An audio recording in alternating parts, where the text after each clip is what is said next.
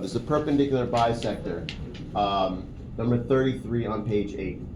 All right, so right equation line is perpendicular bisector lines having the endpoints this and this. Okay, fine. So let's first plot those points.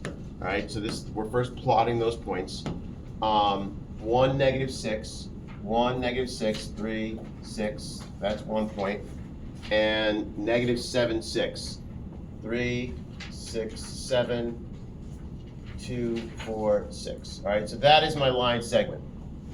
All right, so that's the first step even.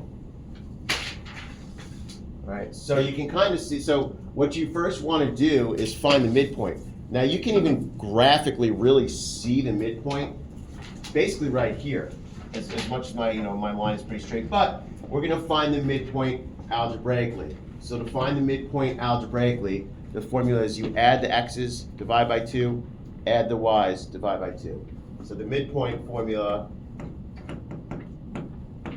is x1 plus x2 over 2, y1 plus y2 over 2. So this is x1, y1, x2, y2. All right? So, because again, the midpoint is obviously a actual point. So we go 1 plus -6 over 2 and -6 plus 6 over 2. So that becomes -5 over 2. Oh, interesting. I was right with my what's it called? Is this really going to be a what's it called? Hold on. No, I copied wrong. So x2 is not -6, it's -7. Good. 7, great. So then that's going to get us -6 over 2, 0 over 2, which is -3, 0. Great. So my coordinates was right. So this is the midpoint right here. Great. We double checked it. Now we have to find a line. So like that's where the line is going to be drawn through. It's going through that point for sure. So we have to find the slope. That's the next trick here. We're going to first find the slope of the blue line, and then we're going to find the slope of a line perpendicular to that. So the slope formula, again, this is mostly Algebra 1 stuff. The slope formula is y1 minus y2 over x1 minus x2. So that's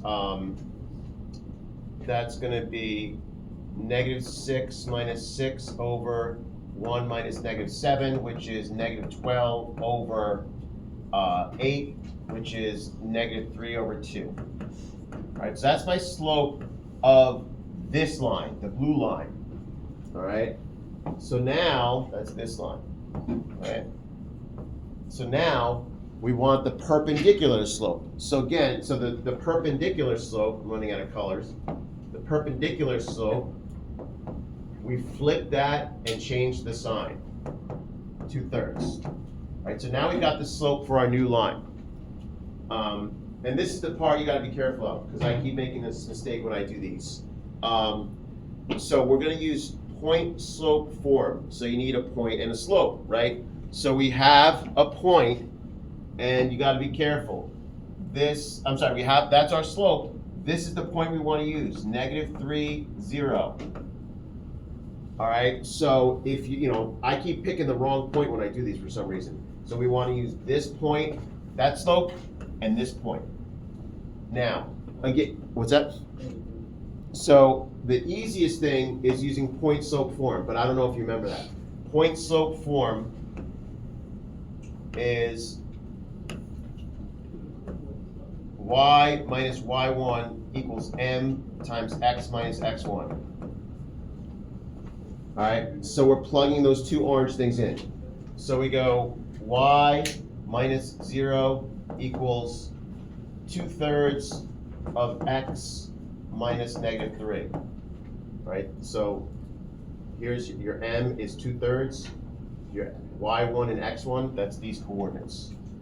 Now, do they say? They don't say what form you actually need it in. So we got y equals 2/3 x plus 3. So officially you could leave it like that, but usually you put it in point slope form. I'm sorry, in a slope intercept form. So either one would be fine. Y equals 2/3 x plus 2. And that's your answer. Again, labor intensive, but